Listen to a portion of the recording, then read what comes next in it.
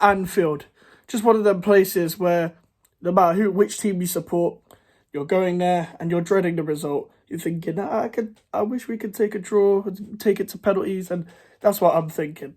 Welcome back to another video. This is your Liverpool versus West Ham United match preview in the Carabao Cup. This is the quarterfinals. I'm recording this just before Chelsea face Newcastle.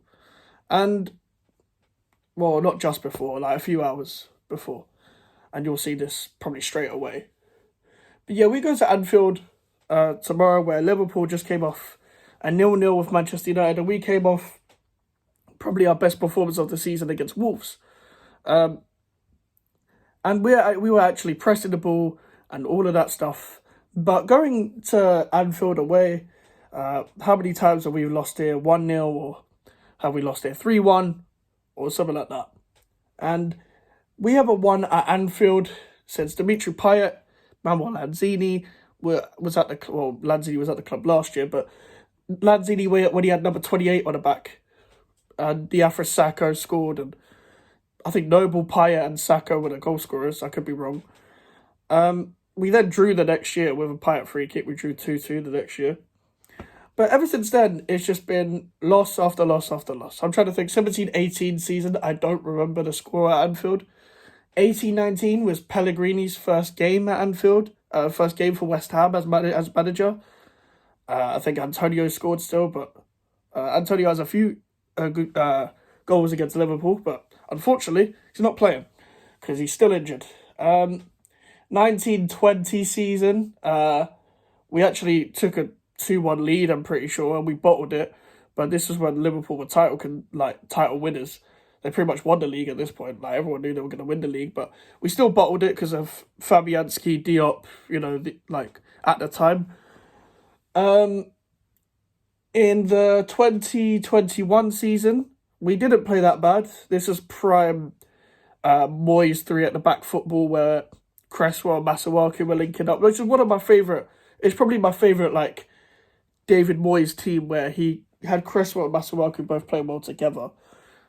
And I really enjoyed watching the variation of that. Because even though it wasn't pretty football or anything, we still kept the ball quite well. We still moved the ball quick for the counter and stuff like that. I don't mind all of that. But yeah, we ended up losing 3-1 anyway. Capitulation. The next season, we lost 1-0. Pablo Fornal, I remember Fornal should have scored. I remember a couple people should have scored, and Bowen ended up getting injured. Mark Noble ended up coming on that game. I remember that. But that game, we should have put our chances away. Last season, we lost 1-0. Liverpool were going through a rough patch. Then they beat Man City 1-0. Again, we should have took our chances. I remember James Milner put one of the most insane blocks against Thomas Souček after he had the chance to equalise. And when we put Benrahma on, he gave Trent a few problems as well. And this is when Benrahma was on probably the form of his West Ham career. The start of last season especially, and even just last season in general, Benrahma was on good form. I'm not going to say he had a good game every game, but he was probably our player of the season last season. And now we're here. We lost 3-1 earlier this season. That a terrible performance from what I saw. There for Gerd, just giving away a penalty. You didn't have to tackle Salah like that. And if Gerd wants to step up, if we want to keep up this form, is it form? Because we lost 5-0 last week. Pardon me. We lost 5-0 last week, so I'm not sure it's form. But if we want to keep on this slightly more attacking football momentum, this would be the place to show it. And everyone's hoping that because Liverpool have got Arsenal on Saturday, and they just played Man United, that because we're in an in-between fixture, that they might put out a second team. Well, hear what I'm going to say. There could be a situation where they play their second team, but it's at Anfield. Their second team could insist of Curtis Jones, Harvey Elliott. That is still good enough to beat us. It could consist of maybe a Cody Gakpo playing. They could still beat us. They don't actually have that much depth. And the Ben Doak youngster guy is injured. They're not going to play Cade Gordon, so Mohamed Salah will probably start. and Mohamed Salah barely gets benched anyway. But hypothetically, Trent Alexander-Arnold and Salah are put on the bench, cool. I don't believe in us to take our chances at Anfield as much as good as Kudus and Bowen have been, and Paquetá. Could be a situation where it's still 0-0 or it's still 1-0 West Ham, and all of a sudden, Joe Gomez and, let's say, Harvey Elliott come off. Mohamed Salah and Trent Alexander-Arnold come on. And then they score 2 goals to make it 2-1. And then they go through to the semis. I actually really want to get through this cup. And I was really upset when we got the Anfield draw. And it wasn't even Liverpool at home. If it was Liverpool at home, I might back us. Because when we beat Arsenal, I was like, yeah, this is really good. Like, we beat Arsenal. Yeah, it's really fun. And it was really fun to taunt it at them. But we're going to Anfield now. It's just long. Anfield is long. I want to win so badly. I would take penalties. Of course I would. Of course I'd take penalties. Because it's still a knockout competition. It's not like I don't take draws. I take knocking out the opposition. If it's on penalties, it's it doesn't matter about the stadium. It doesn't matter about the fans anymore. Now, the atmosphere at Anfield is a bit of a myth at times. It's a bit... Unless it's a European night, you don't really hear Anfield at its full thing. You hear You Never Walk Alone very loud and then goes quiet. You saw that in the Man United game. And I think Carragher and Neville made a good point about they probably thought they was already going to beat Man United.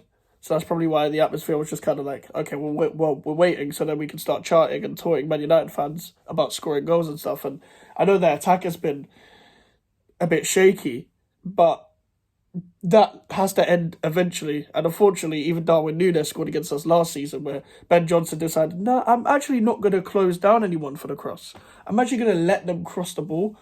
I'm expecting the exact same lineup, maybe apart from Mavropanos, maybe in Vizuma, because maybe Moyes feels he can't play twice in a week. I think that's why he gets benched for European games and stuff. Or maybe like a Ben Rama might come in, a Fornals might come in.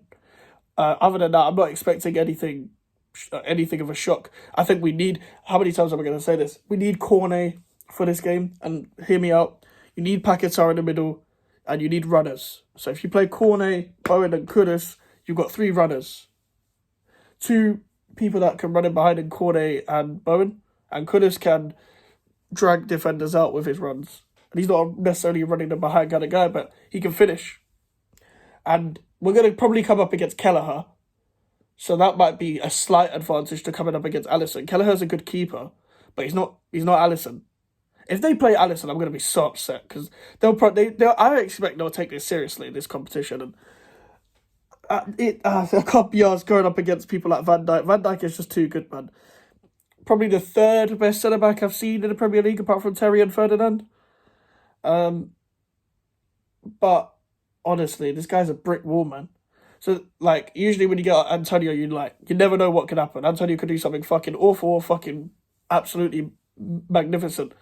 Like, because of how unpredictable the guy is. Because we've got Bowen, I'm just saying, just run down the channels. Stay away from Van Dijk. Stay away from Van Dijk. Just, as long as you keep the ball away from Van Dijk and somehow get it in the box, we might actually have a chance. But Konate's a good player. There isn't the Klopp midfield of Wijnaldum, Fabinho, Henderson, but Szoboszlai can take a long shot. Like he hasn't been on form as of recent. But not only is this his first season in the Premier League and in English football in general, the guy has a fucking shot on him. Luis Diaz, this guy, I know, again, he hasn't been on form either. But I have fear for Vladimir Coufal coming up against Luis Diaz with the blistering pace, the technique, and the ability to take a shot from outside of the box and just find it in the back of the net somehow. The guy will do it. The guy will cut in on his right foot. If we don't block it, yeah, it's long. Alexis McAllister is not playing. So I think that is an advantage for us because he's a creative guy.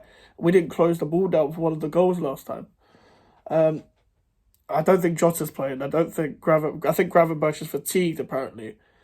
So there might be a chance, but it's the hope that kills you. And I've got no expectations coming into it, but I demand the win because semi-finals, like, you've got Port Vale or Middlesbrough as one of the quarterfinals.